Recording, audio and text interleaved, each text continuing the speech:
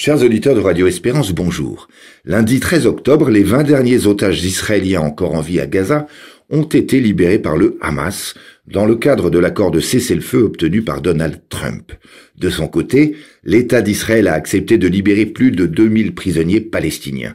C'est la fin d'un long cauchemar pour les otages, plus de 2 ans de captivité et un immense soulagement pour les familles et plus largement pour toute la population israélienne. Parmi les otages, enlevés le 7 octobre 2023 par le Hamas, 166 auront été libérés vivants et 50 personnes ont malheureusement péri ou ont été tuées en captivité. N'oublions pas non plus les 1200 civils israéliens assassinés lors du massacre du 7 octobre et les dizaines de milliers de victimes civiles palestiniennes de la guerre à Gaza. Le bilan global de cette séquence de 2 ans est tragique. La première phase du plan Trump pour Gaza est donc pour le moment un succès. L'armée israélienne a entamé vendredi 10 octobre le retrait échelonné de ses forces de plusieurs zones de la bande de Gaza. Les derniers otages israéliens sont donc désormais libres et les prisonniers palestiniens sont progressivement libérés.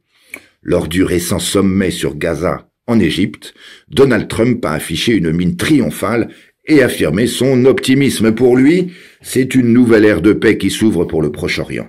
Son succès est incontestable. Il est parvenu à tordre le bras à la fois du Hamas et de Benjamin Netanyahou pour obtenir un accord qui semblait impossible. Sa doctrine globale semble claire. Trump veut mettre fin aux guerres partout où c'est possible pour favoriser le commerce, le business, les deals comme il dit. Espérons qu'il y parvienne également dans l'affaire ukrainienne. Mais Vladimir Poutine se montre moins accommodant qu'il ne le pensait. Concernant le Proche-Orient, Trump va peut-être un peu vite en besogne en annonçant une nouvelle ère de paix, car il reste un long chemin pour parvenir à une solution politique durable. La suite, en effet, demeure incertaine, et les questions en suspens sont nombreuses. En voici quelques-unes.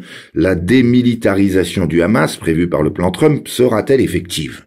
Une solution pourra-t-elle être trouvée pour donner un véritable État au peuple palestinien? Et dans quel cadre? Avec une solution à 2 États, est-ce encore possible?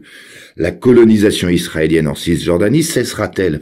L'État d'Israël acceptera-t-il de restituer les territoires qu'il occupe en violation du droit international? Les extrémistes palestiniens renonceront-ils à vouloir l'anéantissement de l'État d'Israël? L'État d'Israël pourra-t-il vivre un jour en sécurité et la Palestine jouir de la vie paisible d'un État souverain? Ces questions sont loin d'être résolues, très loin. Cependant, reconnaissons à M. Trump qu'il a permis d'ouvrir un chemin qui peut, si les belligérants le désirent vraiment, aboutir un jour à un compromis territorial, ce qui serait la solution la plus sage. Si beaucoup de facteurs dépendent des États-Unis, des pays arabes, de la communauté internationale, l'essentiel est entre les mains des belligérants. Faire émerger, au cœur de l'usure de la guerre, un vrai désir de paix.